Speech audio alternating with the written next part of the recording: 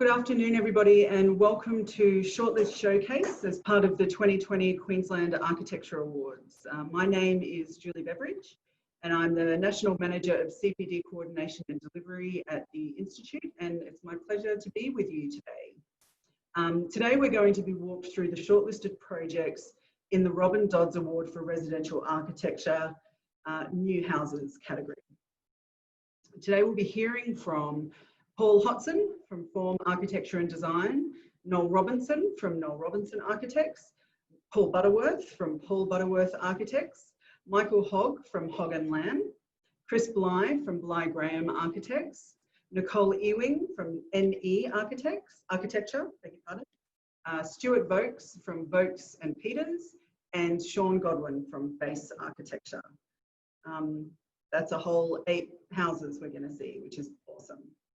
There are actually 13 shortlisted entries in this category from across the state.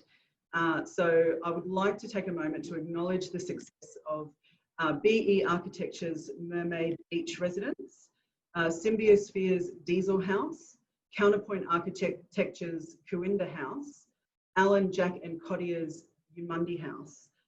They unfortunately weren't able to be with us today. Oh, and Tim Ditchfield Architects C-Deck, beg your pardon. Those 5 were unable to be with us today, but we congratulate them for their shortlistings nonetheless. So first up today is Paul Hodson, Principal Architect at Form Architecture and Design, to talk us through Mill Hill Retreat, which has also been shortlisted for House of the Year. So over to you, Paul. Well, firstly, I'd like to just thank the Institute for the shortlisting in the Robin Dods. It's a fantastic award, and we're very proud to be included. The project that we'll be talking about is Mill Hill Retreat. Mill Hill is located on the Sunshine Coast hinterland. It's on an elevated, semi-isolated rural lot within the Baroom Pocket Dam catchment, and it's placed within the country of the Jinnabara and the Kabakabi people. We believe that the higher order of idea at Mill Hill is dealing with placemaking. For a lot of us, the siting and locating of a new house within an immense natural landscape is a rare privilege and an opportunity to reflect upon the intimate act of placemaking.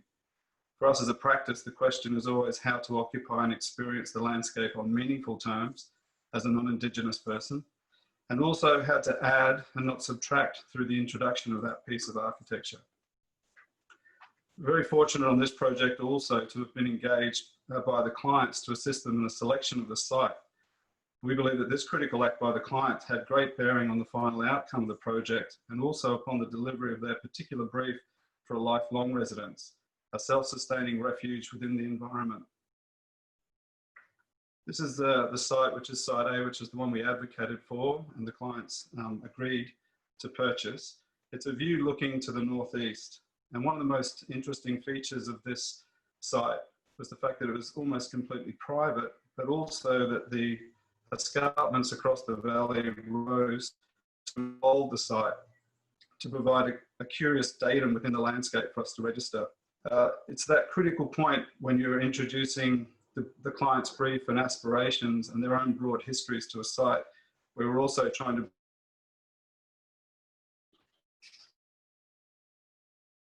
mapping the site or location 65,000. But also to find to understand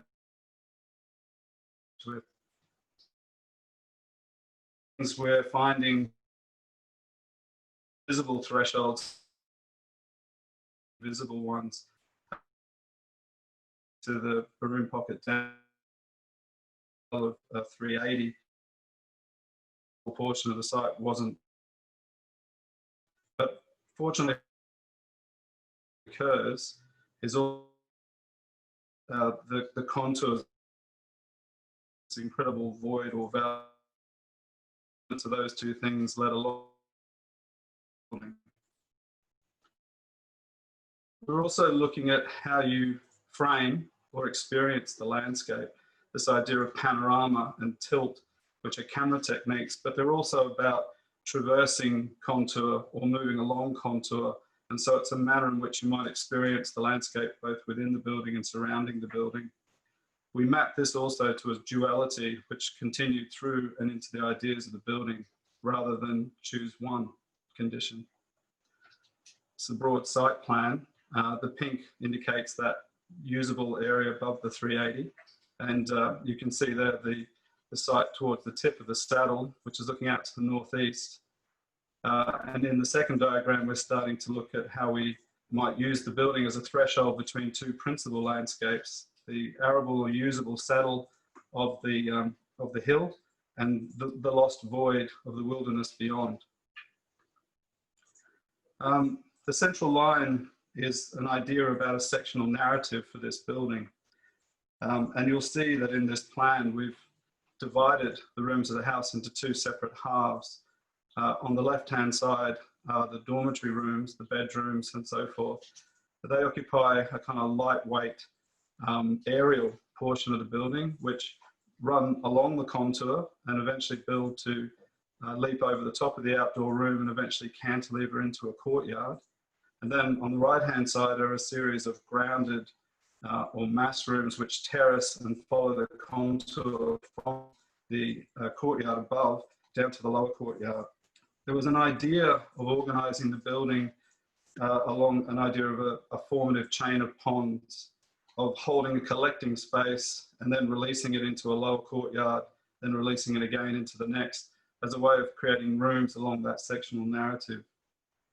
You'll see in the second plan, the lower half, the kitchen, living, also the cascade of stairs down into the courtyard and the outdoor room.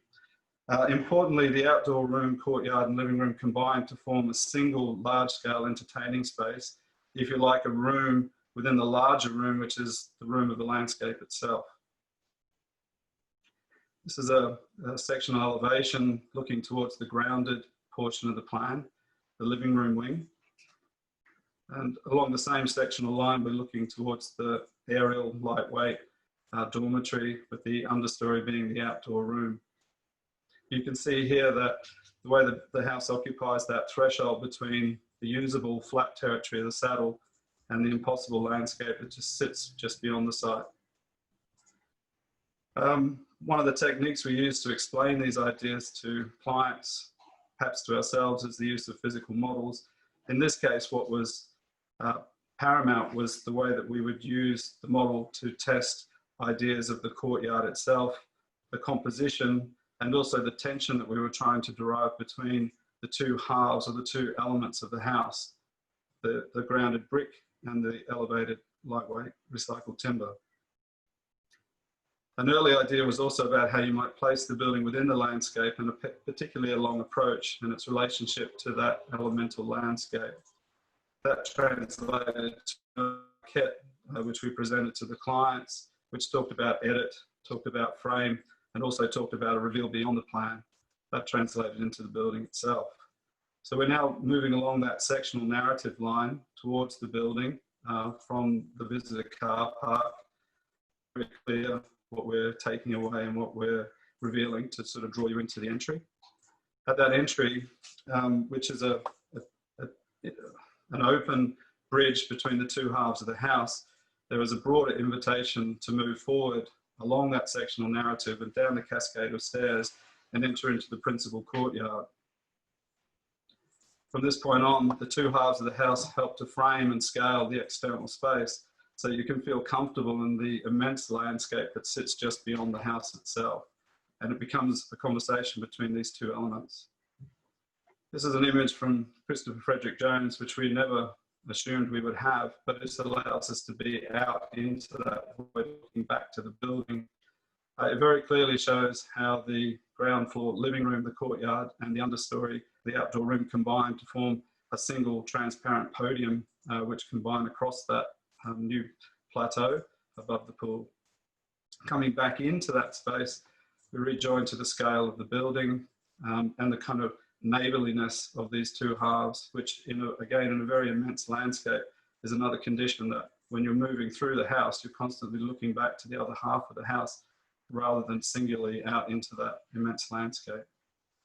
I think we're most happy with the images that combine the two halves of the house and the courtyard, because that is the central experience of the building.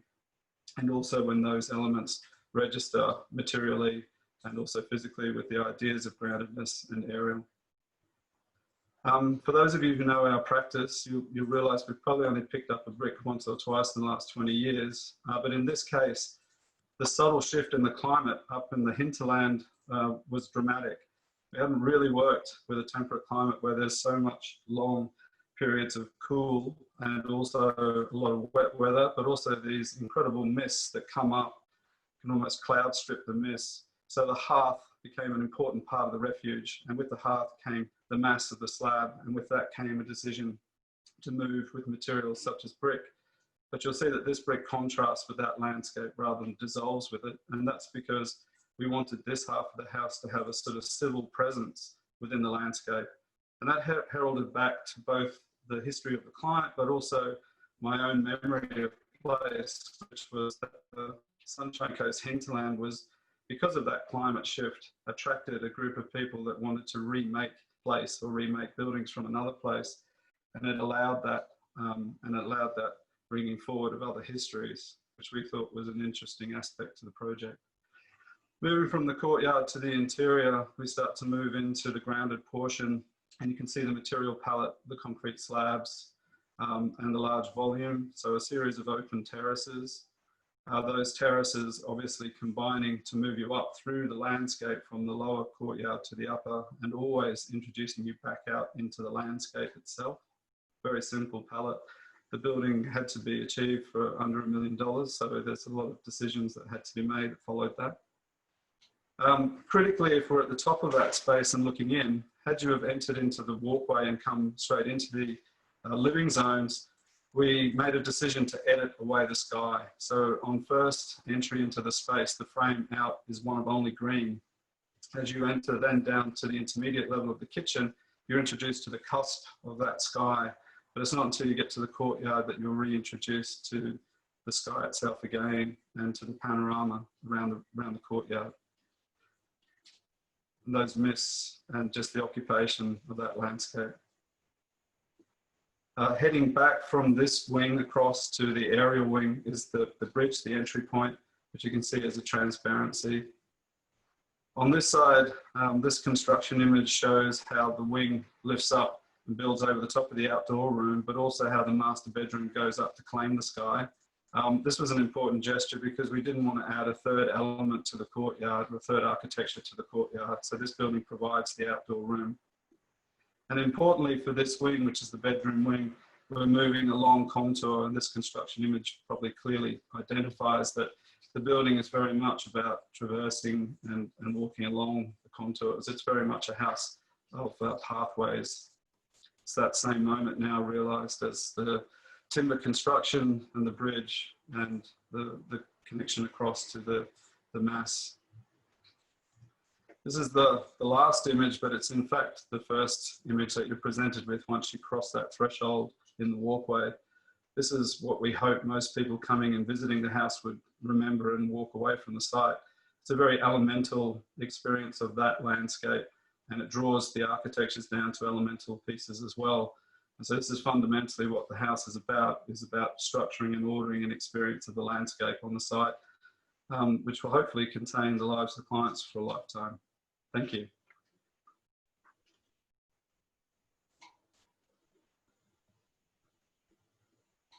Thank you so much, Paul. You had great weather for those shoots. That was unbelievable. Thank you. Yeah, great work too. I'm always feeling a little bit bummed that I have to leave my office and go home to my house after watching all these presentations, but alas, that's my problem, not anybody else's. Thank you so much for joining us and giving that wonderful presentation. Next up, we have Noel Robinson from Robinson Architects, who will tell us the story of his shortlisted project, Domic. I hope I pronounced that correctly. Noel, over to you. Thank you very much. The Domic House evolved from having an engaged and enlightened client who wanted a sustainable home at one with nature that respected its amazing beachfront location. It needed to address the high corrosion zone, yet have a long design life. The result of that, the building merges into the national park and the beach, but also it sits under the sand dunes. So its visual mass and bulk is substantially reduced. The function of the house focuses on entertainment, sport and health, and of course living. The site is 1 hectare of absolute beachfront land at Sunshine Beach and adjacent to the Noosa National Park. The use of concrete shelves that recessed into the sand dunes delivered column-free space internally. The use of natural materials deliver also a timeless landscape, freeform, that avoids hard edges that would have competed with the unique site location and landscape. The project is oriented to the northeast, and this came about because we were adjacent to the Noosa National Park, plus our site had a diagonal cut through it, which was a conservation zone we had to comply with. And that's to the upper side of the page, where you can see it running along where the swimming pool is along the top there. So that's the edge of the conservation zone. And the conservation zone was about probably 2/3 to a half of our site. So we were ended up with a very small area of land to build on, probably one less than 1/3 of our site we were able to actually build on. So we decided to go under the ground and pull it back into the site. So what that did also, it had an ability for us to address the northeast. So the beach being down to the right-hand side of this particular slide indicates that the rest of this elevation faces northeast, and that really helps at Sunshine Beach because the prevailing breezes at Sunshine Beach actually are southeasterlies, and sometimes they're very difficult to live with on the beach. So this we can have everything open to the northeast when the southeasterlies are blowing, and the whole house opens beautifully to the northeast. So it was a difficult site to build on. We had a laneway access up from Seaview Terrace, up past 4 or 5 houses. So every piece of material in and out had to come up this laneway. It was quite an extensive build. And when the mayor visited the site at the end of it, he said, "Noel, we've been so lucky. We haven't had one complaint from a neighbour about this project." So that was a credit to the builder, who were Hutchies, and they actually did a fantastic job dealing with this site in a constructability way, because we had to work from the top, the lower right-hand corner down across the site to build the platforms to actually get into the site. It was quite a difficult site. Not only that, obviously it was a highly corrosive site, so we had to use materiality that could bear the brunt of that corrosion. We also were in a bushfire-prone area, so every frame we put in this building had to have no more than a 3mm gap, because obviously that's an ember gap that gets into the frames, and if it gets inside, it can start a fire inside the house. So the whole house was designed for with the bushfire rating that we had. The other thing that we were able to use is the sustainable form of the building. We've got solar power of 35 kilowatts, and we've also got a massive battery storage system underground, which is 124 kilowatt hours, as well as we have underground water storage. The building, basically, we were looking for up to a 100-year design life. And so because the building sits into the ground, we were able to develop an incredible amount of thermal mass and low energy response so that it was always cool inside. And we had great protection from the western sun by being mainly underground. We used internally some innovative materials such as hempcrete, which gave us internal acoustic and thermal insulation to the building. And so we also used, because we're cutting back into the site, we used basically a dry zone that kept the building 900 millimetres away from the underground areas. So that was quite innovative too. The next one is, that's obviously looking to the beach from the edge, and these shells, we cut them at various angles as they came out of the ground, which gave the different shapes. And they evolved really from planning as well. So the room sizes and shapes that extruded from the ground were cut in various ways. Next.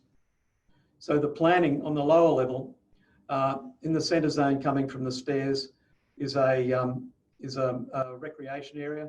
It's got a billiard room, sitting area, bar, looks straight out over the ocean, straight ahead.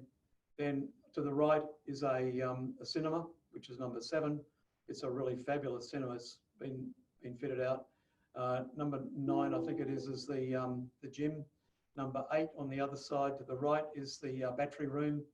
And as I mentioned, it's got 124 kilowatt hours of batteries in there. Moving to the left is firstly a sauna and a steam room. 2 is the sauna, 3 is the steam room. The sauna has a view straight out to the ocean, and the rest of it's basically a health spa. And so there's also an ice bath, which is sitting up there in the corner. So when you have a sauna, you can go and jump into an ice bath.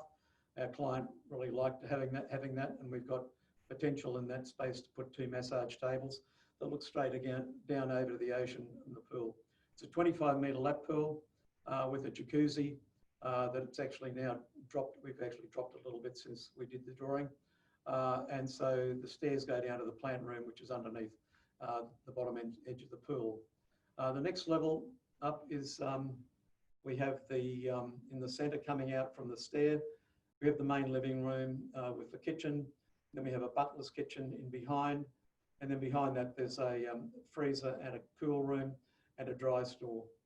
And of course, quite a wide vista of the ocean. And to the left-hand side, there's a green wall that sits out to the edge through there, another separate little courtyard that we could actually bring the green into the building as a slice.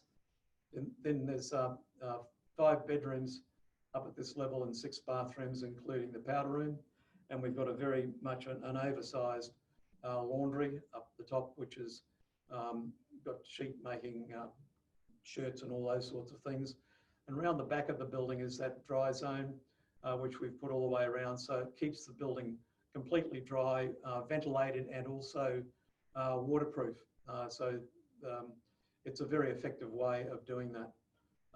And the roofs of the lower levels, you can see from the above, they're all green roofs as they come along. The next level up is the main entry level, where you come in through the carbonised gates, automatic gates, and you can then park your car down to the right in a garage or some open space.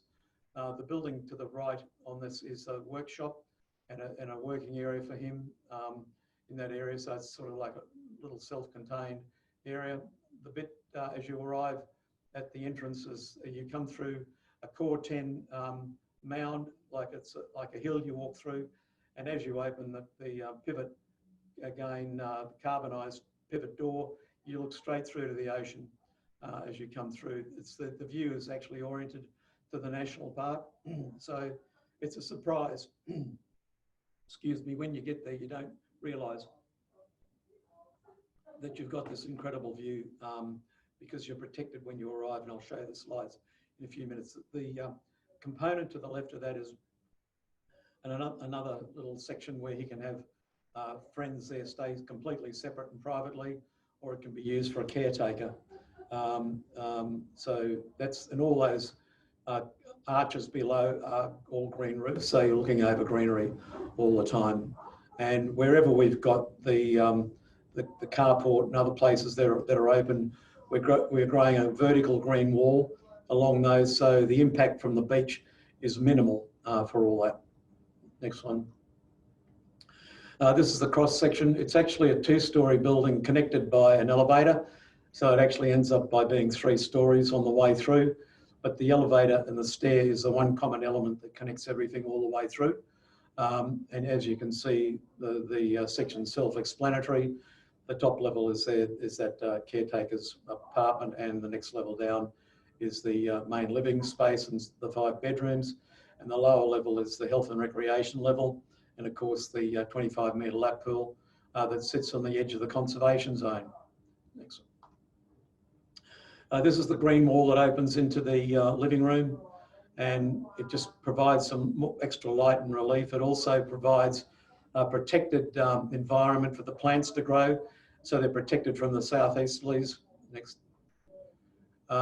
This is the beach elevation, which has been cut at various levels because of, again, the room sizes are different, their orientation is different.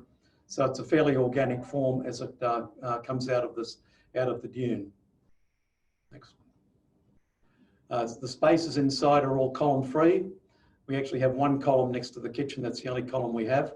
But they have basically the palette is it's a very minimalist palette, and it has crema marble stone. It has white walls, and then it has perforated acoustic Tasmanian oak veneered timber ceiling panels that are there obviously to soften the feels of the interior, and also to provide acoustic treatment, because being at the ocean you also get a series of waves and stuff like that, so you get noise at night, so you need to have some level of attenuation.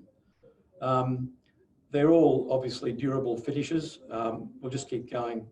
And the BAL 29 is our rating that is achieved through the window design, through carbonised timber, and also concrete. And the little eyelids here were really, the client wanted the landscape to start dripping over the edge. The landscape hasn't grown yet over those, but the idea about those, the eyelids, is that they're a coir timber, so they're very, very durable, and they just sort of sit out as a lattice screen that will get the landscaping growing over the edges and so softening those curves as well.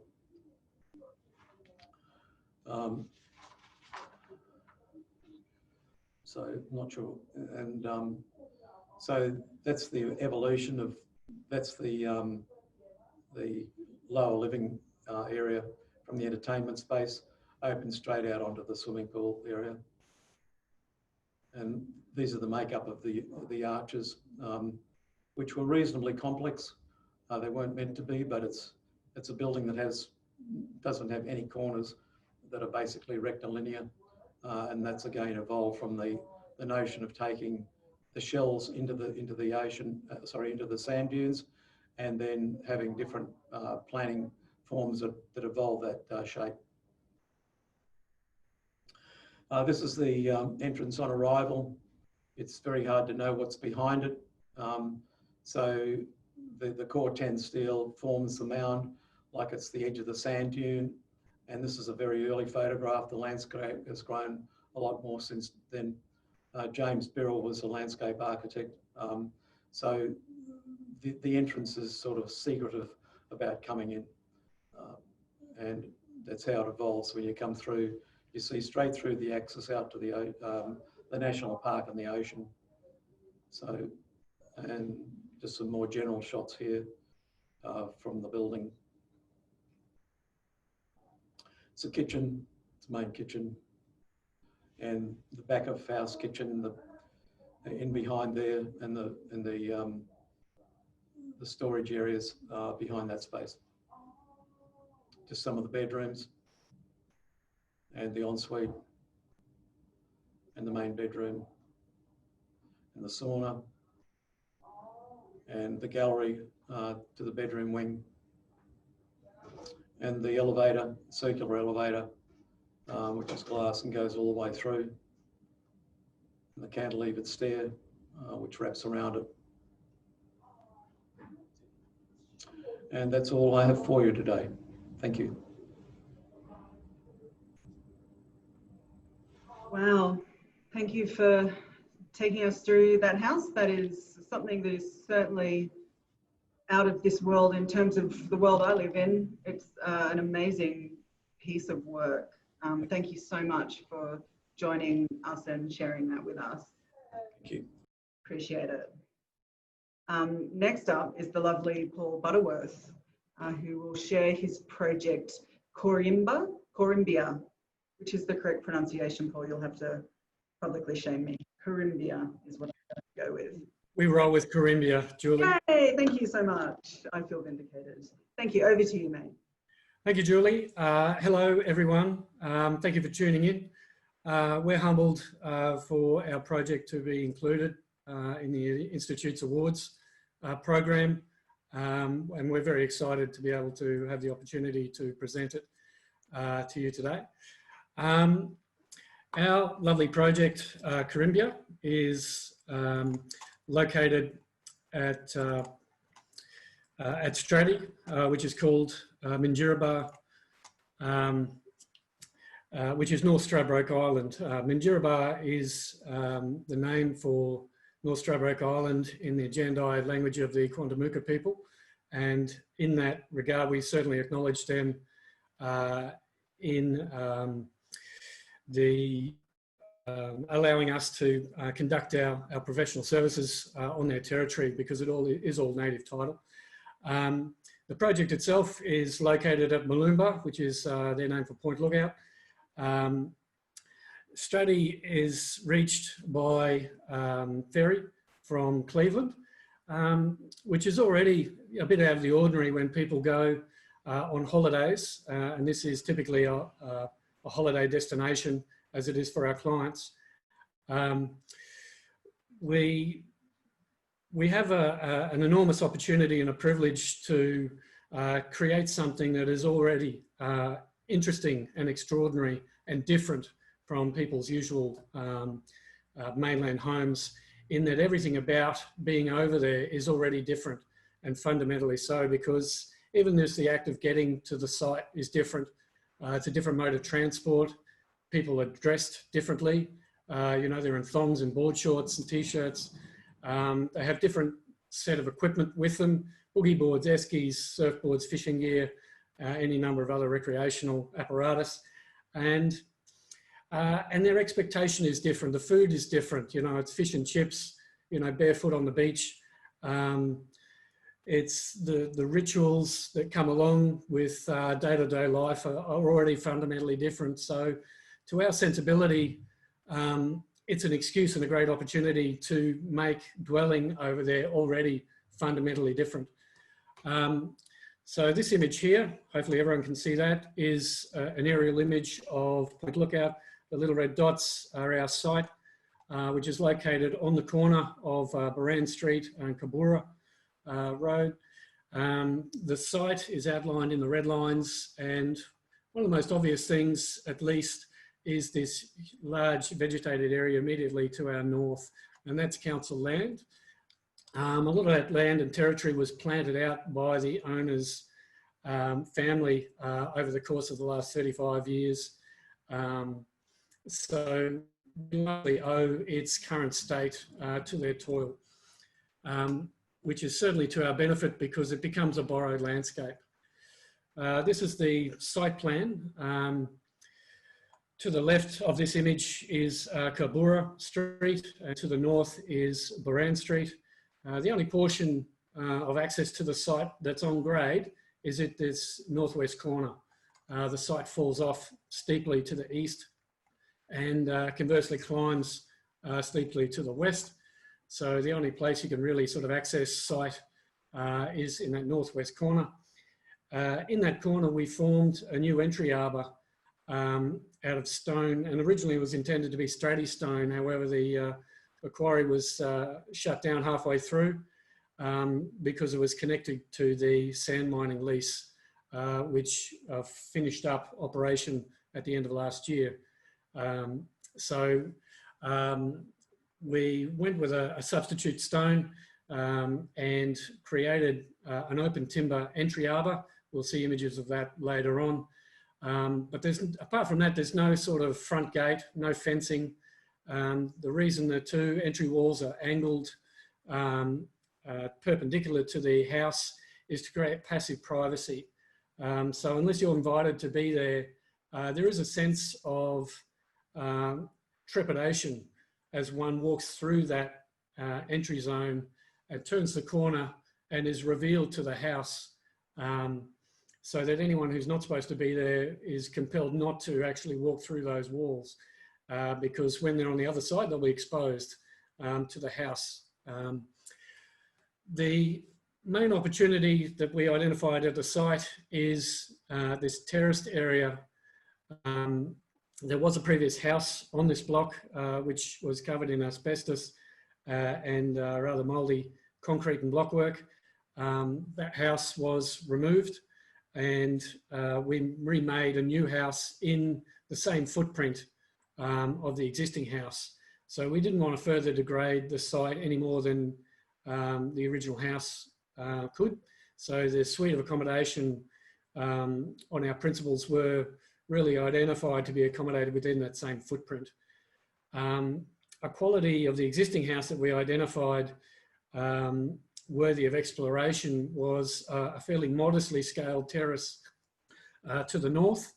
And essentially we built on that and enlarged it, so it really became prioritised as the main landscape space on the site and in the setting. So central to a number of our projects at Maloomba Point Lookout is the notion that the landscape is the most important thing over there.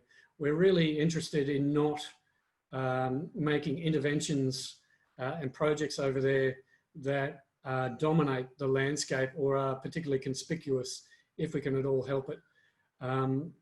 We always prefer to defer to the natural landscape, and it's that old adage, you know, of not destroying what you came to enjoy.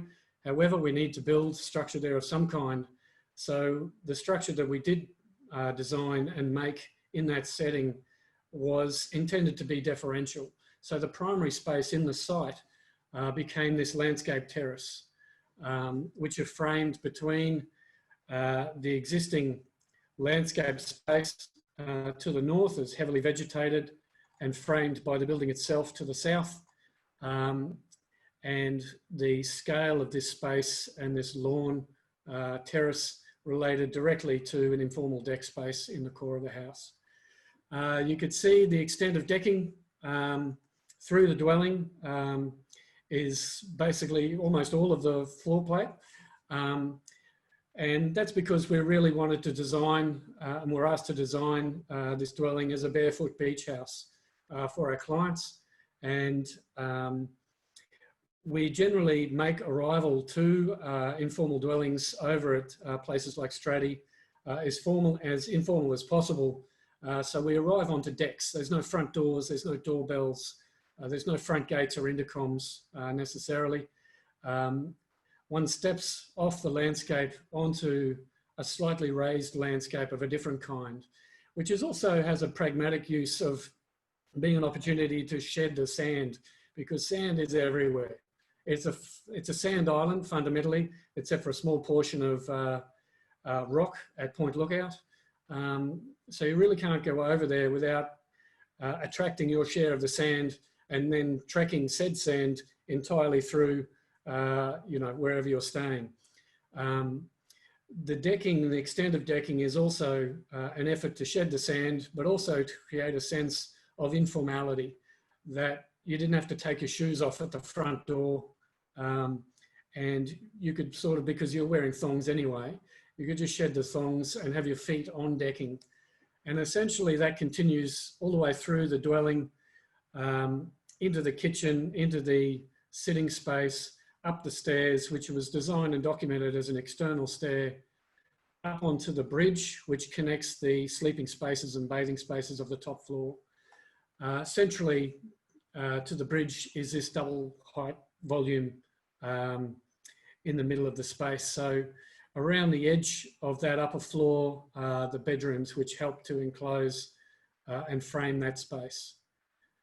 If I flick to the second, you can see the existing vegetation planted out by the owner's family many, many years ago, which is certainly on its way to maturity.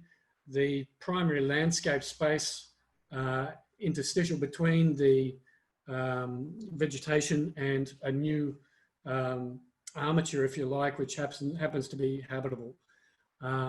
This is the double height deck space in the middle, the bridge at the upper floor. This particular section is through a study space and with the kitchen below. So all these spaces look through the building out and connect to the great room, if you like.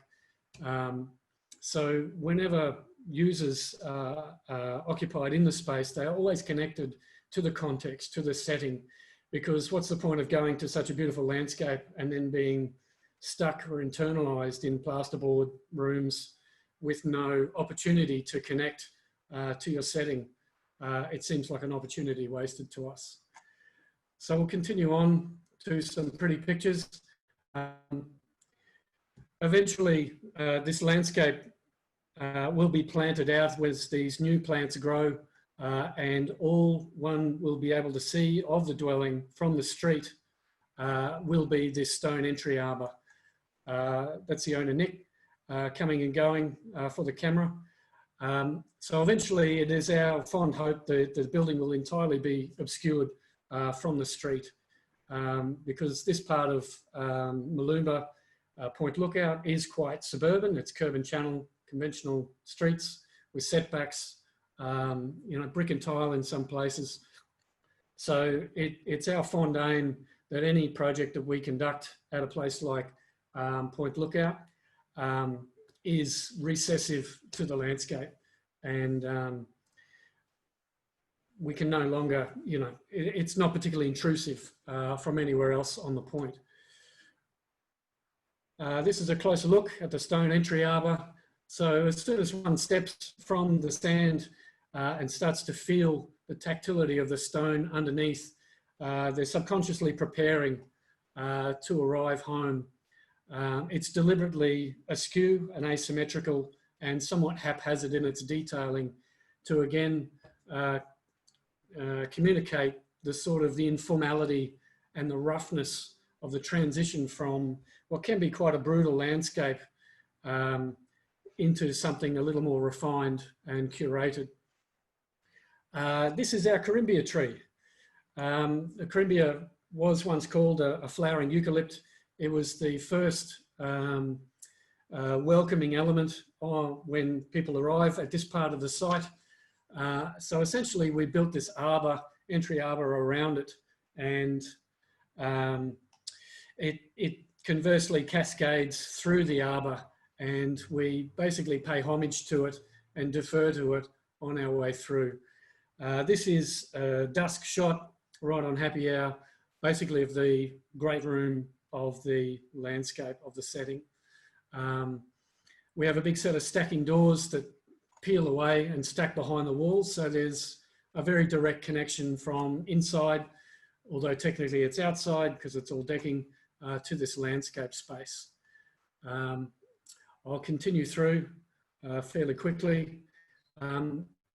The inside parts of the house basically are designed to be incredibly porous when desired. So doors stack behind walls in all sorts of directions. So whenever anyone is inside, they just continue to look beyond the building and connect to the landscape, which to our mind is all about being connected to place. This is the double height, internal / external volume. The detailing is deliberately ambiguous as the weatherboards continue inside, which is essentially an external material, and thereby contributing further to the ambiguous reading of this internal landscape. Again, you can see that the doors and windows are all peeled away and there's nothing but natural light and ventilation and connection to the setting. Internally, we're fibre cement sheeting with half-round cover strips, again evocative of the vernacular dwellings of the little fibro shacks, synonymous with strati. So essentially, the house is decking. The only internal space proper are these little internal pods, and they are detailed with a hardwood plywood on the floor, walls and ceilings. And that is the entire, the only inside places in the dwelling. Our little luxury is the bathing spaces. So we're trying to key into memory and significance of place. So even when occupants are on the second story of the dwelling, they are constantly connected to site. Here we are in the main bedroom. Again, it's an internal space proper, so it's detailed with a beautiful cozy hardwood interior finishes. Directly behind this space there's no walls, is the ensuite, which is this space here. We are actually in a suburban setting, so if we were to have a window here looking straight through the house, our neighbour is right there. And similarly, looking through these windows, the neighbour is again right there. So all our privacy, both to the neighbour and to ourselves, will be compromised. So we have solid shutters here, and we have an excellent view, water views through this window. So the mirror is extended to basically double our access to that view, to that water view, without compromising privacy. These are all the opportunities, design opportunities that we're presented with when designing in such a space. This is a little pocket view into the plywood lined boxes where basically they're modestly scaled. It's really a space where people dump their overnight bag and crash at night. The rest of the time when on holidays, people are spent out on the deck space, out at the beach, out going for walks, and basically interacting with the beautiful setting. So when they come home, it's just a cozy place to crash. And the locals seem to like it as well, which is basically the highest compliment we could possibly ask for, because really it's their spot and we just happen to build them a new piece of grass to live on. I'd like to quickly acknowledge, our wonderful clients, the skilled builders and tradespeople, suppliers who are predominantly local. Almost all of them are local, and also the contributors in here at PBA with, greatly making me look exceptionally competent in getting our projects built. Because without all these people, basically they're just pretty drawings. That's all I've got. Thank you very much for listening. Thank you so much for that, Paul. A beautiful example of connection to place, past and present. Thank you for joining us. Alrighty, next up, I'm going to move straight along to our next speaker, Michael Hogg, from one of the most delicious sounding firms in the state, Hogg & Lamb. I wonder how many creative partners you had to go through before getting the right combination for your name. Irrelevant. Michael is here to walk us through their project, J&J Residence. Thank you. Well, thank you for that introduction. And I guess interestingly enough, it's good to be able to show this project finally, because it actually was the first Hogg & Lamb project. It's been going, well, actually it's been going for longer than Hogg & Lamb, but for 6 years. So it's quite cathartic to finally have it here to be able to show.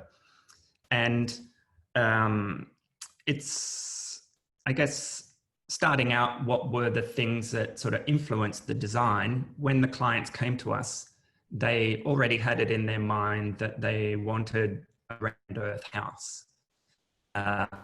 Liked the material, and it was something that they asked us to look at using. The site is in Chandler, sort of halfway between Brisbane and Moreton Bay. And Chandler has become the third most expensive suburb in Brisbane, more expensive than Ascot. And what that meant for this project was that in order for the clients to borrow the money from the bank to build the project, the bank required the house to be of a certain size and what would be, in their eyes, a house that they would be able to sell should anything happen and the clients go bankrupt. So this was a house for two people. They have an adult daughter who comes and visits from London from time to time. But it was also a brief that the bank influenced and required a minimum of 4 bedrooms. So one of the issues that we had was how to design a house that could be used by other people in the future. So we always had that in the back of our mind. And also how we could make a house that was big enough for the bank that suited the occupation by 2 people on site, which is the way that it's used most often. When we start our projects, we typically come up with at least 2 different schemes. And this was the unsuccessful scheme in this case, was a little donut type plan that had a captured garden on what was quite a large site. So the existing site is 200 meters by 50 meters and sits right on the edge of a remnant eucalypt forest that continues across a number of sites. And the house has been perched right adjacent to the eucalypt forest, just outside the BAL level. That meant that we didn't have to then do anything to the doors and windows. And you can see a few of the things on this plan were that we identified a kind of wall that ran through the house that divided what we were calling the secondary rooms from the primary rooms. And the secondary rooms were really the additional spaces that the bank wanted the house to have from the primary rooms, which were the ones that were going to be used on a daily basis by the clients. This was the alternative scheme that we proposed and the one that they went for. Again, kind of one singular wall that ran through the center of the house that separated a secondary side from a primary side. The secondary side is the approach from the existing driveway on the property, and the primary side is to the north, slightly twisted to face the city and to be adjacent to the eucalypt forest. And this is a shot of the wall during construction that ran through the center of the house, made from obviously rammed earth. And we'd never used rammed earth before. And it's got a few technical challenges that we needed to overcome. One of them is that it doesn't really like getting wet. So whether that's going into the ground or having the top of it exposed when it's outside, or the wall getting wet are not things that it likes doing. And also, and probably the bigger challenge, is that rammed earth has got great thermal mass, but really not any R value. So what that meant was that the walls, if we were going to use them as external walls, would need to be clad on either the inside or the outside and insulated. And we felt that by going to the effort of making the rammed earth walls, that it seemed like a waste to make these beautiful walls and then cover them up in order to achieve the R value. So the idea of running the wall through the center of the house and using it really as a planning device meant that the wall could be exposed on both sides, which would give you the maximum sort of experience of the wall on a daily basis. And then the ability to pass through that wall was something that kept the wall kind of in your mind as you were using the building constantly. The wall plays a role in kind of adapting the scale of the site, which is quite large, to the scale of the human. You can see a few people down here in the back. This is where the floor level ends up being. So, and these openings through the walls are all 2.1 meters high and quite cozy when you're walking through them. The wall is 400 mils thick. So it kind of really creates a sort of experience where for a short period of time, you're actually sort of feeling like you're inside the wall. This is the way the plan sort of panned out, with the rammed earth wall running east-west. On the approach side of the house is really a collection of rooms that are somewhat secondary, housing extra accommodation for future people or for guest accommodation for now. And really on the northern side of the wall is the primary spaces where the clients currently live, which is almost like a 1-bedroom loft apartment on the northern side. Just outside the living spaces is a flat landscape terrace and a swimming pool that is about to start construction, but hasn't happened yet. On the upper floor, again, the secondary spaces, extra bedrooms and bathrooms. Coming through to the main primary side, which is the master bedroom, ensuite, and a big double height space over the living and dining room downstairs. In terms of like passing through the wall, one of the things we've done in plan is that the vertical links between levels is on the southern side of the rammed earth, while the main spaces are on the north. So to travel from the master bedroom to the living spaces, you pass through the rammed earth wall, go down the stairs, arrive in the entry, and then back through the rammed earth wall to get to the kitchen. So the experience of using the house is one of constantly passing through the wall, which again, we thought was a way of getting the maximum sort of value for money from going to the effort of making this rammed earth wall. And this is the kind of experience of that wall on either side. So this is the southern side of the wall, a hallway that links multiple secondary rooms. The clients currently use one as their office, and in kind of recent lockdown have managed to run their business from home, which has worked out quite well. But you get this beautiful kind of orange glowing of the rammed earth, kind of reflects the natural timbers that were used for the floor and the ceiling. And on the left-hand side here is the opening, the main opening through the wall that you pass through when you're coming from the entry of the house into the main double height lounge and dining space. So once through the rammed earth wall, the character of the spaces changes. You're on the side of the wall that opens up with more light. It's double height, and there's a couple of skylights that also graze the wall with light as it changes throughout the day. And this is a shot from the bedroom, master bedroom upstairs, where you can see that the wall passes through the bedroom, then out into the double height living space, and then beyond the house in the distance here.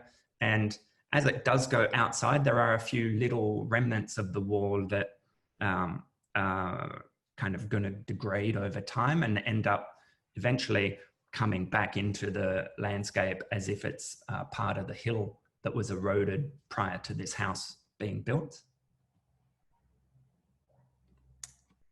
A few things with the rammed earth that we thought were important. One was that the color, clients didn't want to have a reddish rammed earth wall. So we tried to match both the color of the surrounding soil on site and also match in with the color of travertine stone.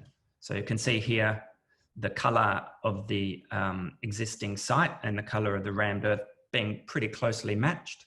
Unfortunately, we couldn't use the soil on site in the rammed earth wall because it had too much kind of organic matter.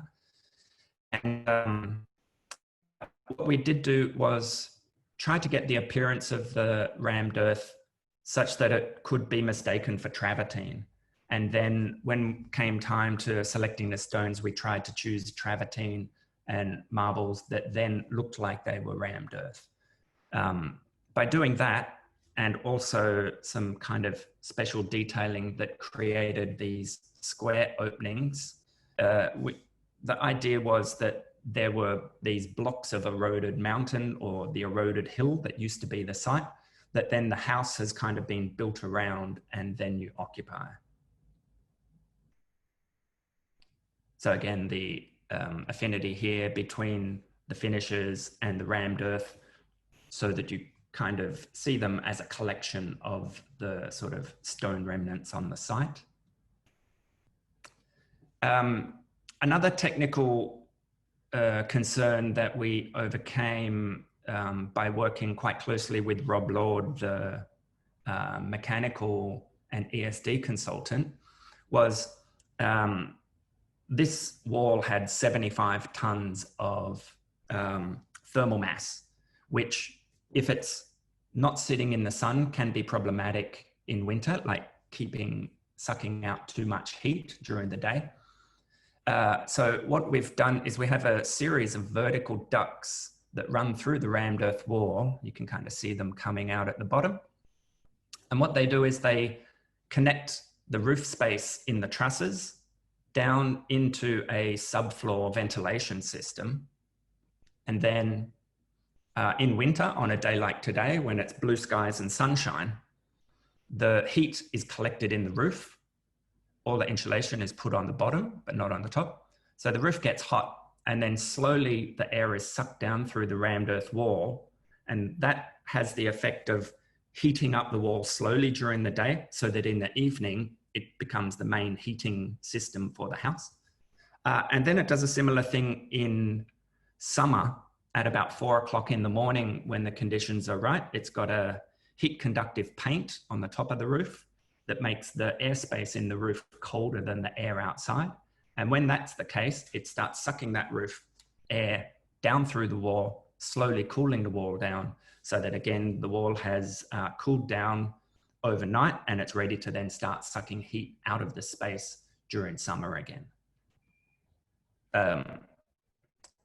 On the southern facade, it was very much about trying to be efficient with the budget. Here we have like 2 levels of timber framed FC clad building, detailed in a way so the windows look like they're a 2-story high vertical form. And the idea here is that these are shards of rock that have come up around.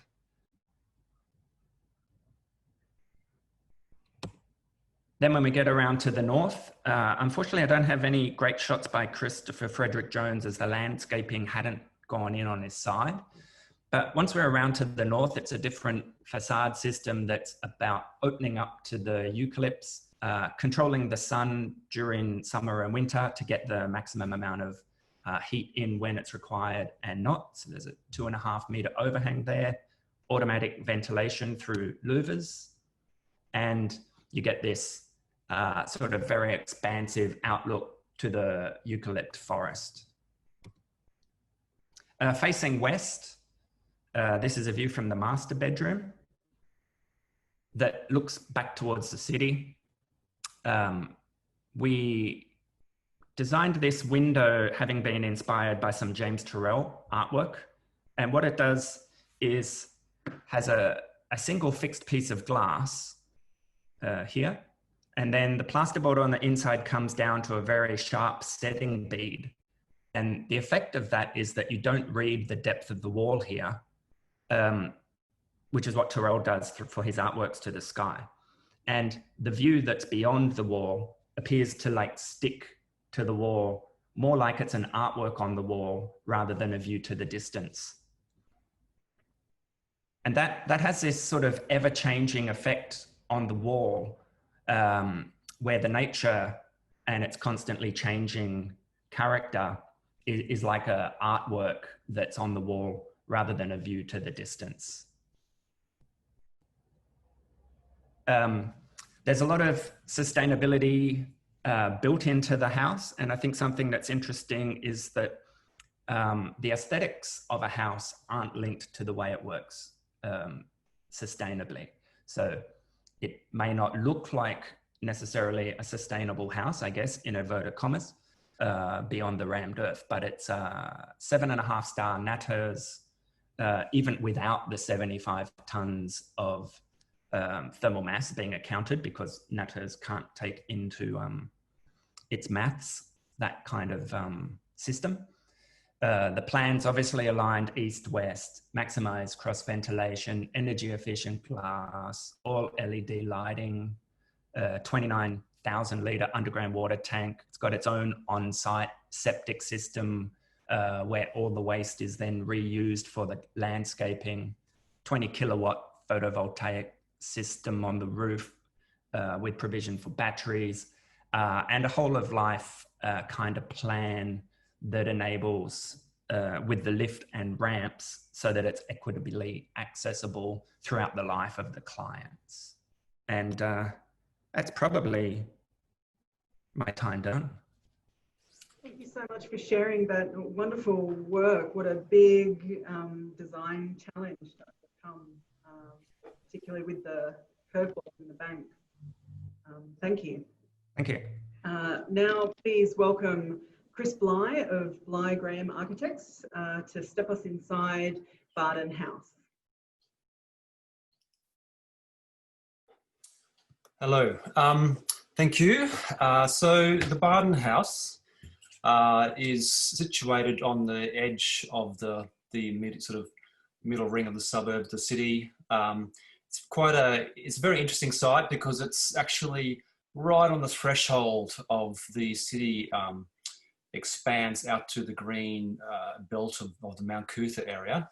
And it's at the very top of this high street outlook crescent, which so it actually meets the bushland at its rear yard and has a very quite dramatic position in terms of the city, both immediately and in terms of large landscape. So this is a pretty crude Google Earth sort of image with the 3D terrain, but actually you can see it was taken when the site was actually cut. So it has a 20-metre fall from back to front, so it's quite an ambitious, challenging build. There was a existing house, a very strange sort of home builder number on the place, which we looked at trying to modify, but it was just too difficult and too costly. So the decision was made to start again. Of course, pretty epic views all the way from lovely little hilltops of the Catholic institutions around to the city, out to even all the way around to Moreton Bay. That was certainly a major driver for the client in terms of the site, in terms of taking on the challenge of the site and its obviously it's not a cheap site to deal with as well, given the actual slope and the need to remove this quite significant structure that was already there. But other thing that we were very, very keen to work with as well was just the fact that you can actually have this really lovely, very intimate engagement with the bushland in that area as well. So the bush was very apparent, the noises, the smells, the actual, even scratchings in the trees was all there. So even though it wasn't a very large site, it was only 700 square meters or so, that it had felt much larger than it actually was because of the slope. So we're very keen to take the client on a journey beyond just being caught up with just purely the views. So we started talking about how the site sits at this threshold between the city and the bush, how there was different ways that you could experience the view, from both a framed view looking through framed openings, to big sort of terraces, a bit like the case study houses in LA, through to more intimate little perch spaces, which again, you could feel like you're sitting on the edge of that cliff, but without a balustrade, but through just a glazed opening.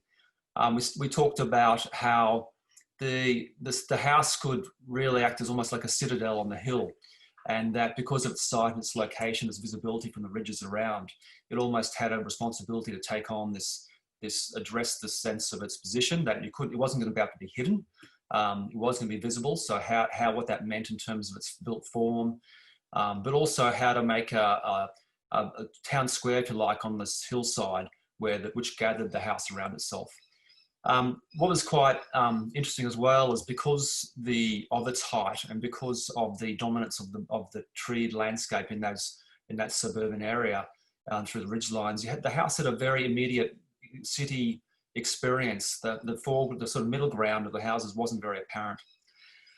So a lot of the work, the section is very important with the house, of course, just how to make it all stack up, and also how to get north light and winter solar access and so forth into all parts of the house wherever possible.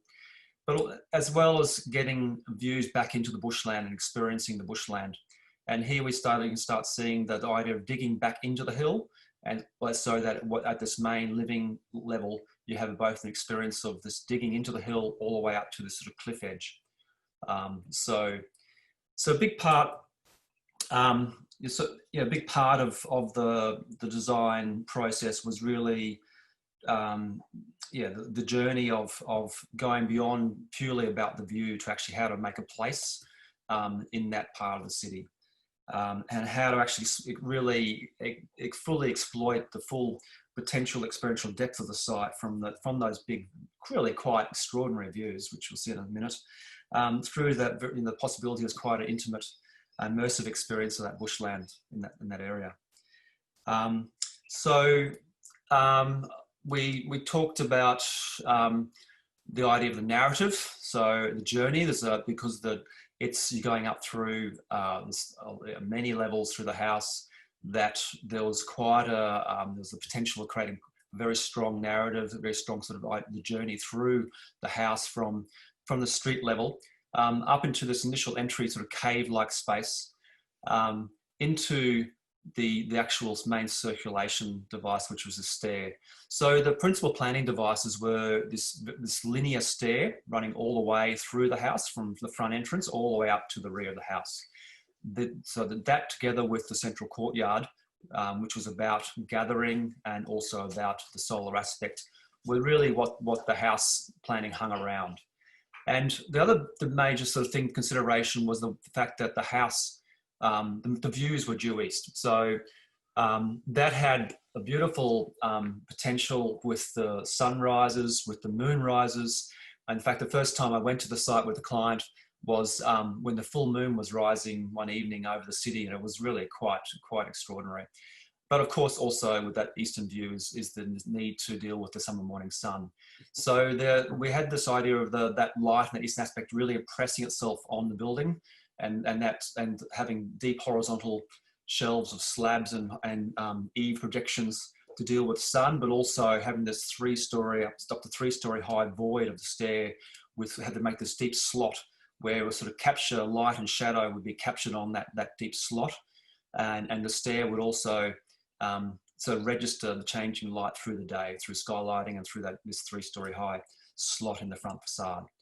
So from the beginning, again, there's this quite dug-in subterranean, almost cave-like space, which arrive up to the main courtyard level, which actually acts as a negotiation between this bushland at the rear through to this quite heroic terrace to the east, with the city views out, and the pool sort of in the interstitial space between those two. Then you're rising up all the way through the house to the rear of the house to this sort of almost tree house-like experience of the bushland, where you've gone, actually can virtually touch the trees at the very top, where we had the artist studio and a study. So let's go to the next page. So how that all stacked up. So basically at the arrival spot, a big part of the pragmatics we had to deal with was just the cars. So we did with the driveway, we kept as much of the existing house's driveway and associated retaining as we could, but it was too steep and we sort of cut off the top part and restructured the driveway and created a new sort of car court at this level here. So there's a car port, and then there's a garage, and there's the entry levels at this site here. Next level up is kids' bedrooms and guest rooms, laundry and the like, and there's this sort of sub-secondary grotto space here, which actually snuck light in from this the pool fencing was dealt with through wet edge, and we also use that wet edge to sneak light into this space below, to get more light into the bathrooms and so forth. next level up is the primary living, dining, sort of kitchen level, which opens up at to this courtyard here. So when you come up the stair, you actually arrive at the courtyard. So your first experience of this level is that exterior space. And the kitchen, living, dining is up a touch, and then you go down a touch to the actual sitting, to a sitting room. So the main principal rooms on the viewing edge is a big terrace and a sitting space. Then you go up a bit again to a library, and up again to the master bedroom suite and art studio, and up again to a study sort of tower. And down here under the master bedroom suite, you can see the sort of grotto we made, which is just dug into the hillside, where you can overlook the pool through the living dining space out through the terrace to the city. So you really have this very intimate space through this quite heroic big view, big terrace sort of entertaining space. So how that works in plan, you arrive up here, the carport, garage.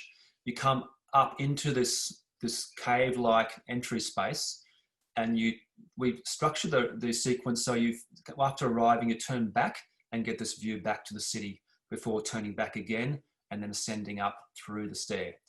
There's also a lift, which was another major organisational thing to take into account, running through most of the house apart from the very top level.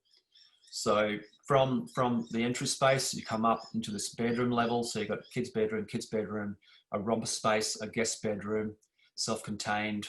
A major part of the brief was for this level to be fairly independent to the house. They often had their parents and so forth staying over. And then just the utility spaces of the laundry, bathroom, powder room, so forth. That's that lower grotto space there. Out to a drying court to the north. Then up again to the main living space. You actually arrive at this courtyard level, and you come out and experience that courtyard before turning back and looking through the living dining to the city view. So you go up a couple of stairs to the kitchen. Likewise, the dining living's up a couple of stairs, rises from the courtyard. The big entertaining terrace, double-sided fireplace, the sitting room. So this sitting room, you actually have that immediate edge. You can sort of sit right on the edge of the view, whereas here it's mediated through the balustrading. Then here, courtyard, the pool, the wet edge, and that grotto, and a spa in the corner there. Up a little bit from this courtyard level is a 1.5 story high spaced library, which has its own little day bed and view back to the city. If you go up again, continuing up, you get to the master bedroom suite, which has got its own little courtyard garden to the rear, and then the artist studio, and then the actual study. So how that works in section, just to show you the tectonic of it. So basically there's this quite significant extent of retaining below. In some areas there's rock anchors and the like, so it's quite a major undertaking. And that bedroom level is slab going out to that grotto. There you can see it stepping up to that pool ballast, wet edge, the pool, up to that retained grotto with a stone wall. The stone has a story in its own right. The client, the husband grew up in northern New South Wales and spent a lot of his youth actually moving the actual basalt stone into piles on the family farm. So he was keen to actually source actual stone from that part of the world and use it in the house, which was a nice story, and that was achieved. So it's not stone facading, it's actually basalt stone from gathered from some of these piles in the area that he grew up. So the pool terrace, a slab, then a suspended timber floor to the dining, living, kitchen area, back down to a slab to the deck area over the bedrooms. Then you can see the master bedrooms, lightweight construction as well. Sort of that's that entrance space through there. And then you can see here that higher level library with a little sneaky window getting some north light into it above the stair. There's that study and overlooking down through the art studio to the bushland at the back. And this is a section through the stair, so it's pretty epic sort of journey up through the house. So that was why it was very important to have this orchestrated experience, this narrative that actually makes the journey seem, well, it's not a slog, it's actually quite enjoyable. And it really is quite, one of the sort of things that you experience when you go to the house is that by the time you get to the top here, you really haven't had an experience of going up and up a stair. It's actually an unfolding series of spaces and views and outlooks and different shifting tectonic from the smooth set rendered masonry walls down here to the timber, lightweight treehousey fabric up here. So these are some recent shots from my iPhone, just because of landscaping. So the clients actually moved in about 5 years ago, but there's been an ongoing series of little projects like gatehouses and landscaping and bits and pieces like that they've been doing. Here you can see the existing driveway and the existing retaining walls and existing bit of the granite boulders that was left over from the original house, which we just left in place. So you can see here that as well, that the carport is an intermediate structure, which so you don't get the full facade in your face as soon as you arrive at the building. A lot of the houses, newer, bigger houses in this area are just really very aggressive to the street, and we're keen not for that to happen. So moving up the driveway is that stone. There's a language of these fine cantilevering eaves to give that as part of that addressing of the eastern morning sun, but also that idea that came from Carl Langer of in our part of the world where we have big views, the glare can be quite strong, and having this dark eyelids can help mitigate the glare. Here, yeah, some trellising over the idea of of course, the sort of idea of the occupied ruin, the softening of the structure. So these cantilevered awnings. So this is very early on when there wasn't any landscaping place, but you can start to, I think it's worthwhile just spending a little bit of time on this elevation. So obviously a primary elevation of the building. So a number of things going on here. One, we were very keen for the building to recede into the hillside. So when seen from afar, it didn't impose itself on the landscape. So the use of darker tones. And we're also keen for there to be an element which also recognised its monumental positions, and it's the fact that it was a big building, not to shy away from that. So this big main gesture here in the facade, this main gesture here in the facade is about making that almost civic scale gesture in the landscape, off which hangs this darker, more recessive elements. And again, the fact that it's facing due east, the external motorised blinds, which can be tilted and retracted fully, the deep eaves. So there's a number of things, both at the larger scale of the larger landscape down to the pragmatics of dealing with sun, which are informing this elevation. And that, again, that idea of that sort of eastern aspect impressing itself on the elevation. So there's that cave-like space below as the entrance, and then just a quick detour into some technical stuff. So here, just this facade doing a lot of work with sun shading, stacking windows, cantilevered little fine awnings with hidden gutters, copper cladding. So this whole elevation is, because of its height, is totally maintenance free. That masonry space at the bottom. Entering, looking back towards the city. And then that idea of turning, so you enter through the door, then turn back and get that view again. There's compression at this point.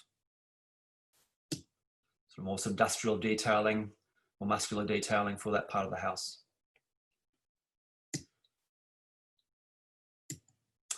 And then moving up, so this stair, so then when you turn back, switch back again, you actually see all the way up through the house to the very top level here. So you've got the kids' bedroom level, and then the actual main living courtyard level, and the back there is the actual master bedroom level. And we know that so the two main materials really are this sort of smooth set rendered masonry, and then sort of as you move up through the house, it shifts more towards timber.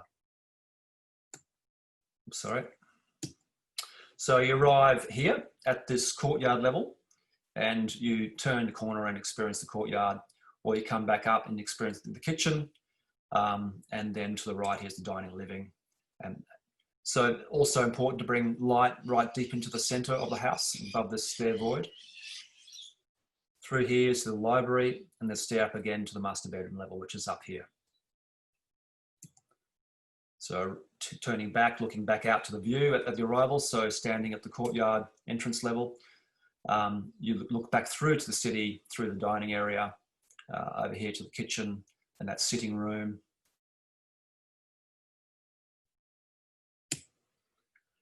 The sort of party terrace, double-sided fireplace, balustrade folded a bit higher than what regulations require, and also a nice wide folded rail to put drinks on and the like. The sitting space with that blind down in this instance, which can also has to the right has the view across to the Catholic buildings on the hill. And so the idea was to sort of contrast this big open space with its unimpeded view to this more intimate experience of the view, both hanging off the central double-sided fireplace. Looking back from that sitting space into the kitchen, courtyard, moving up through the stair, so the journey here, so there's a library space here, or you go up to the master bedroom suite here. And at the top of that stair, you look back down, or you can actually look all the way down to the front entry. And here, the external cladding has been brought into the interior, and the timber mullion syncopated rhythm is, again, to structure that experience to be very different from the smooth set down below, which you can envelop by that masonry here becomes lighter and timbery and about being in the bushland, really. Master bedroom, looking back to the artist studio and the study tower. That's that stair we've just come up. The artist studio, looking out to the bushland. That's since this has had some bit more work done to it. The idea was to actually put a deck out there, and that's happened now. And this is the studio recently shot, so very much working studio, which is great. I really like this photo, just actually showing how it's actually been occupied, just how we imagined it. The stainless steel bench tops here, and this is the study space at the top, which is connected to the art studio, which is the highest room in the place and quite extraordinary view. But at the same time, right here is a tree. So the trees here. So you have that lovely juxtaposition of that immediate experience of the trees and the sound of the bush, and when it rains, the smells of the bush and the sounds of the bush through to that heroic city view. So standing in the courtyard, looking back, sort of kitchen, living, dining space here, the arrival, top of the stair here, and here you have that pool with the wet edge going through this grotto space under the master bedroom. And the stair detail that's as if it's almost becoming an external stair with the treads coming out to the edge of the facade work with the stone tucking it under. Little windows to sneak north light into that library space and that studio space. This is a recent shot of that grotto space with the overhanging pergola and greenery. And so sitting really, when you sit here or stand here and look back through the section of the buildings, this really encapsulates one of the main ideas of the building. So it's one of my favourite parts of the house, where you actually have it's a city view sort of mediated by the house itself, framed by the house, and you have that intimate domestic landscape and sort of through here and the city beyond, but the very immediate experience of the bushland. That's it. Thank you. Thank you so much for taking us through that, Chris. A really wonderful relationship between inside and outside. I would actually like to talk to you more about that project, but I'm conscious of the time. So we'll move straight along to Nicole Ewing, who is up next from NEA, whose shortlisted entry has also been shortlisted in the House of the Year Prize. Nicole, please take us inside Daphne Residence. Great, thanks, Julie.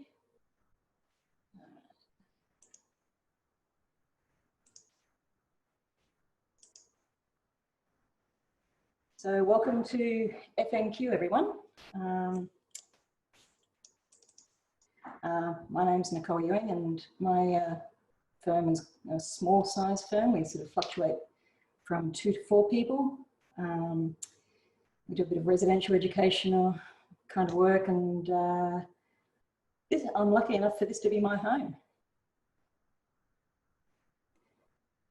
And currently this is Nia's office. It's not a bad spot to operate out of in these COVID times. So before I go through all the other pictures, I'm just going to do a little film here. And I guess it's an unedited version of the home, complete with well-used spaces and less clutter. Because for us, that's kind of how, well, it's obviously how the house operates, but it's also what we love about the house. So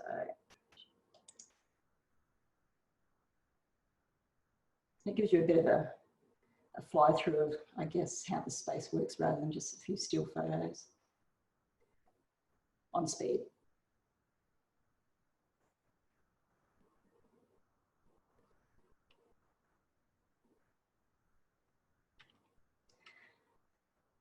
So I guess to where it all started, when we talk about how the house relates to its context, we sort of felt the need to look back at what that context originally was. Well, not originally, but since the 50s, I guess. And then on to how it has evolved over the last short while. So when we found the site, it was covered in trees, like this image here. And it's basically attractive greenery in the middle of Cairns suburbia. So this is back in the 50s, and it originally, not originally, it was cleared in the 50s, partially cleared. So we actually didn't feel so bad about doing this, getting a bit of machinery in there and taking down some of the trees. And this, the full clearing, except for the periphery. So the house under construction, mid-construction, and we're able to keep some of the more established terminalias around the site, and obviously the associated growth that gives us our fantastic aspect from our deck. So here we have an aerial shot of the house in its present day with the perimeter vegetation attached.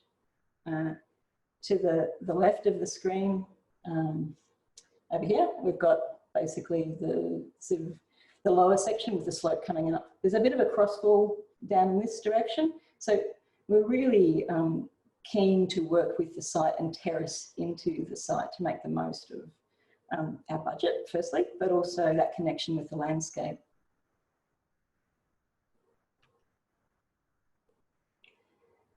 So on that, topography and orientation shaped the organisation of the spaces. The built form runs east-west along the contours with north up the page. And this allows us to capture the key rainforest view in this direction up here.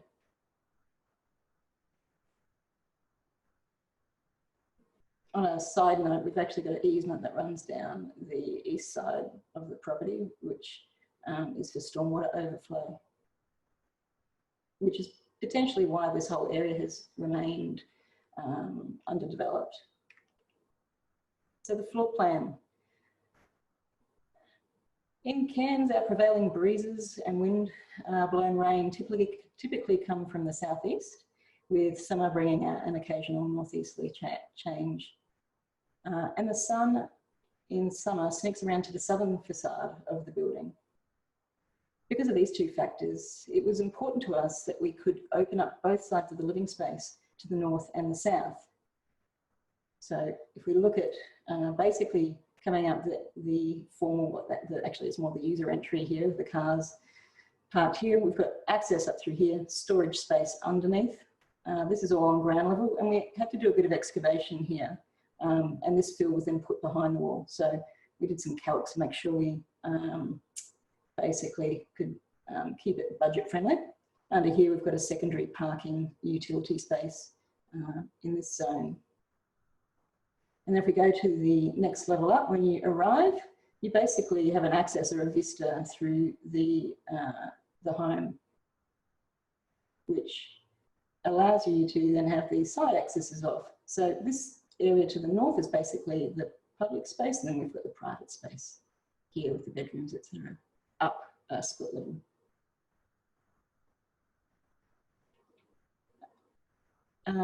So you can see the staggering of the house zones and the resultant pockets that are created. So we've got, we basically used our rectangles, pushed them apart and slid them past each other. So we've got this back area here, which is basically a terrace zone. We've got our deck area at the front and the pool, obviously, and captured spaces underneath here, which we've since built a sand pit, and it gets shade in the afternoon, whereas in the morning, we gather our shade from this zone here and late afternoon as well.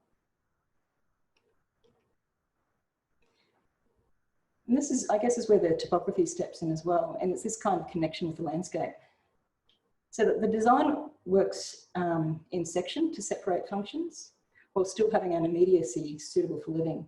So I guess what I mean by that is, even though it's a lineal form, because the forms overlap, you're not walking a very long distance to get from the bedroom to the living space, but there's enough separation to have those audible privacy issues resolved.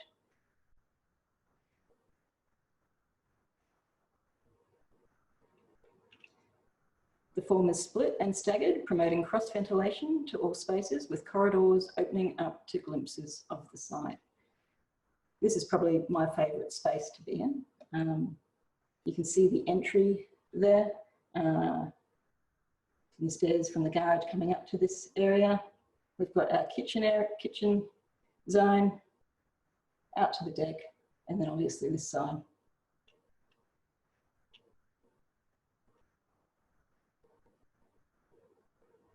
I guess that's another sort of example of the split. So that's just off the entry. You go up half a level to the bedroom, or the more private of the wings. And that subtle change in level certainly is a little, I guess, understanding of where you don't go and where you do go if you're a guest. And it's quite subtle, but it works well. And once again, just those things like having openings at the end of corridors, all those little tricks to help the ventilation through that house and cool it down. So the residence overlooks and directly interacts with the front yard, which in turn connects with the canopied street. There is an inherent sense of community here, brought about by waves from the deck to neighbours, chats regarding the next social catch-up from the front lawn, casual monitoring of the street usage. That occupation of the edge is something which in far north Queensland is basically critical to having an airy open house. If you blur those edges and sit on the steps and enjoy that afternoon with the breeze. And on that, the thresholds to outside have been blurred. Multiple external decks and terraces provide a natural attraction to the outside, where you find yourself sitting on the stairs or veggie garden on the wall in shade, sharing a conversation about the day. And because the kitchen's located, it stretches from the south side of the house to the north, you can monitor play, you can monitor the comings and goings, which I think is really important for the kitchen being the hearth of the house.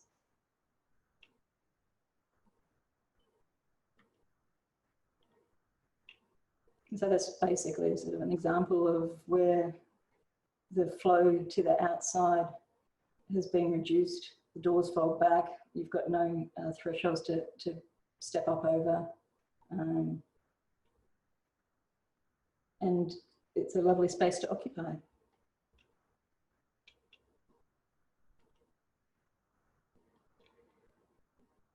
And because we're in North Queensland, careful thought was given to the extreme wet weather and water runoff around the house. And overhangs obviously are key in this, and orientation, to allow the social spaces in particular to be used year round. To achieve the tropical protection, we've used a simple steel portal system to allow open plan living, and also the building to be braced, in addition to supporting a cantilevered roof in excess of 2 metres, as you can see clearly in these photos. The structure itself was well thought out, being budget conscious. So spans were basically spaced to get the most economy out of the building materials used.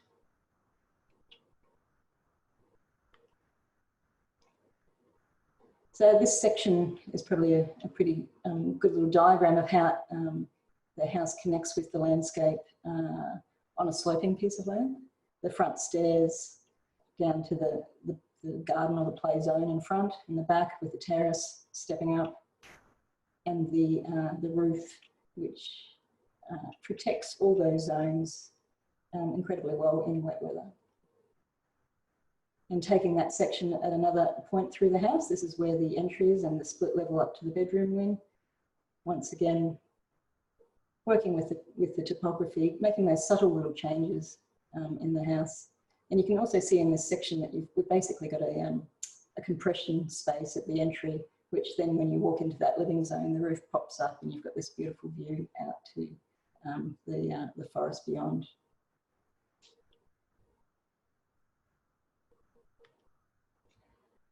One of our key briefing criteria was to have a fluid connection with the landscape while maintaining audible and visual privacy from the bedroom and office zones. So this is a little snapshot of the master bed. And we've got a fantastic window looking out to the north. We used to see a lot more fruit bats flying across the sky.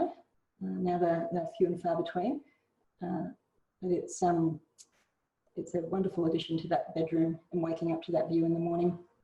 And then just basically thin walls separating the bathroom behind, which then itself opens out to the rainforested edge between us and the neighbour, which you can see there in the reflection on the mirror.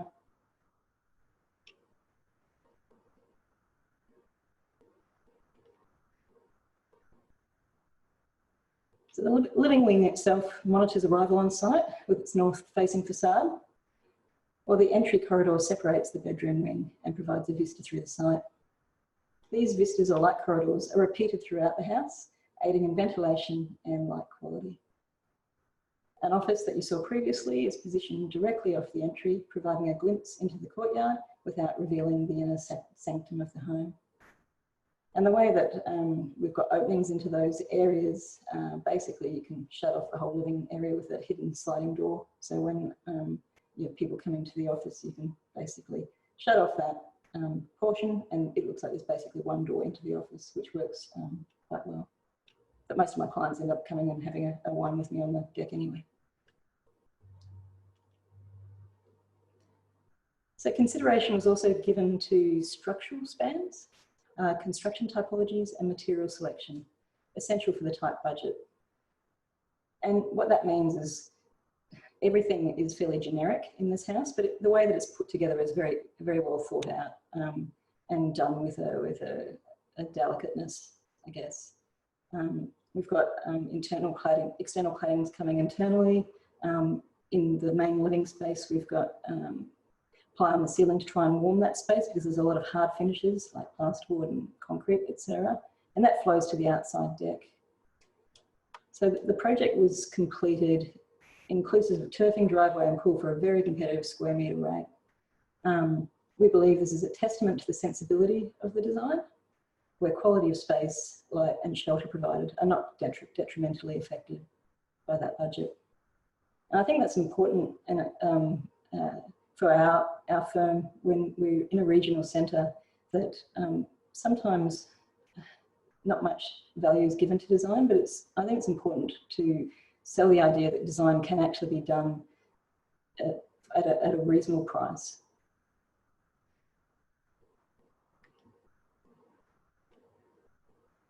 And just a little focus on a part of the detailing. The house only has 3 metres of pool fencing, through some tricks with the built-in seating and ground level, using the sloping site to our benefit. We've been able to create these lovely spaces to occupy and enjoy the beautiful landscape, while also not having to have balustrade.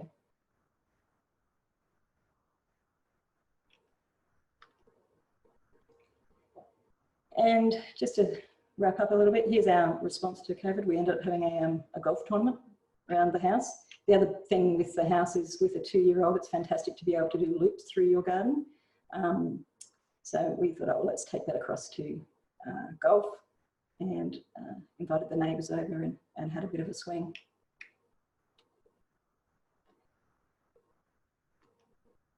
And just to touch on the whole kangaroo theme that we touched on earlier, this was just actually a few, 10 minutes ago. We had a couple of kangaroos in the back when I went to get a drink, and there you go, I took a photo across the garden, enjoying the grass. And for us, the house is unassuming, it's home, and we love it. And hope you've enjoyed this presentation. Thank you so much, Nicole. They looked like very healthy kangaroos indeed. So there must be some good pasture around. It obviously must be quite a delight to be able to live in a house of your own design. And I look forward to receiving an invitation for golf soon. Next we have the lovely Stuart Vokes from Vokes and Peters, who will present Casuarina House, which is another of the House of the Year shortlisted entries as well. Thank you, Stuart. Thank you very much. I'll just share my screen. Okay, thanks very much. I'd like to thank the Institute for organising the presentations this afternoon, and I'd like to congratulate my peers on their fantastic work and shortlisting in the Queensland State Awards this year. In the interests of keeping my presentation succinct, I'd like to talk about only 3 themes relating to the project: the setting, the garden, and the colour. So the setting. Our clients commissioned us to design their new family house in Casuarina, a relatively new residential subdivision located between Cudgerry Creek Reserve and the Tweed River to the west and the ocean to the east. Beach houses are often blessed with epic views of coastal landscapes and distant horizons. Our client site, however, is located in a low-density suburban coastal setting, and whilst only 5 minutes walk from the beach, it has no view of the ocean. We talked with our clients about how we might enable a presence of the beach by capturing the essence of the broader coastal setting. We talked about an outdoor room without a roof that would act as a repository of sensory delight, capturing the sound of the ocean, the smell of the local flora, the taste of the salty air, a view of passing clouds and stars through the roof window, the feel of rain falling through the void, and the velvet feeling of the bricks under sandy bare feet. We talked about engaging in a phenomenal way with the whole body by emphasising movement through the house via outdoors, walking between living rooms via the central void, moving between upper level rooms via the protected veranda. A relentless timber screen multitasks as a sunscreen, a privacy screen, security screen, and a complying balustrade, and allows full height doors to the bedrooms to remain open at night whilst one falls asleep to the sound of the ocean. The garden. Gardens are one of the most potent symbols of home. This is a classic coming home story, a move from a downtown Sydney CBD apartment designed by Harry Seidler to a sleepy, idealised coastal village on the New South Wales and Queensland border, and our client, an international commercial pilot who hadn't lived in a house and a garden for 25 years. One always begins with a pursuit of the ideal condition of domestic habitation, living with a window to a wilderness. This, of course, is not our project, but a house by Richard Neutra. But a constrained suburban setting motivated us to define the limits of a room in nature with careful editing of the setting. Again, this is not our project. This is Alva Alto's experimental house in Murat Salo. We talk about the benefit of this garden change for a young family, a place where a young child, soon to have a brother, can grow up, a mindful place to help keep one's feet grounded in the moment. A garden is also a place of dreaming. Our clients conducted the plant research, designed and constructed the garden themselves. It is strictly executed with only native species in an attempt to merge with the precinct planting established 20 years earlier and support biodiversity and sustainable occupation. This suite of photos is shot by our client, in fact, just recently to kind of reveal the kind of flourishing garden that it has become. We talk a lot about the last act of architecture being that of occupancy. Architects are never going to complete a work. Occupancy includes furnishing an interior as well as making a garden. There is a civility in the low density suburbs which is conveyed through its private open space. It is transmitted in its margins and, most importantly, at the threshold between a house and a street. The arrangement of this new house and garden encourages an active social neighbourhood. A brick seat and unfenced extension of the verge provides a place for parents to gather whilst children ride bikes and scooters in the cul-de-sac. And finally, the colour. The house is predominantly a large piece of painted carpentry. The local design covenant stipulated that houses adopt palettes of natural colours. All example colours provided by the design guidelines had either coral, ocean, sand, or nautical overtones. None of these colours were attractive to us. I was looking for more of a modernist Whitson palette. When we looked at the buildings, that Western and Eastern cultures have built, predominance of timber construction, we found three are the result of timber preservation techniques: white from liming, black from charring or tar, and red from red mineral oxide. We persuaded the local ARC that white was inconsistent with their covenant due to glare restrictions, black was too brutal for casuarina, and red was perfect, and they agreed. The particular red we chose is tinted with black, so its tonal range shifts from bright red in the sunlight to almost black in the shadow. Red also makes a great companion to native vegetation. During the construction of the house, the builder reported that he was asked on a number of occasions by tradespeople, suppliers and neighbours whether we were in fact building two townhouses.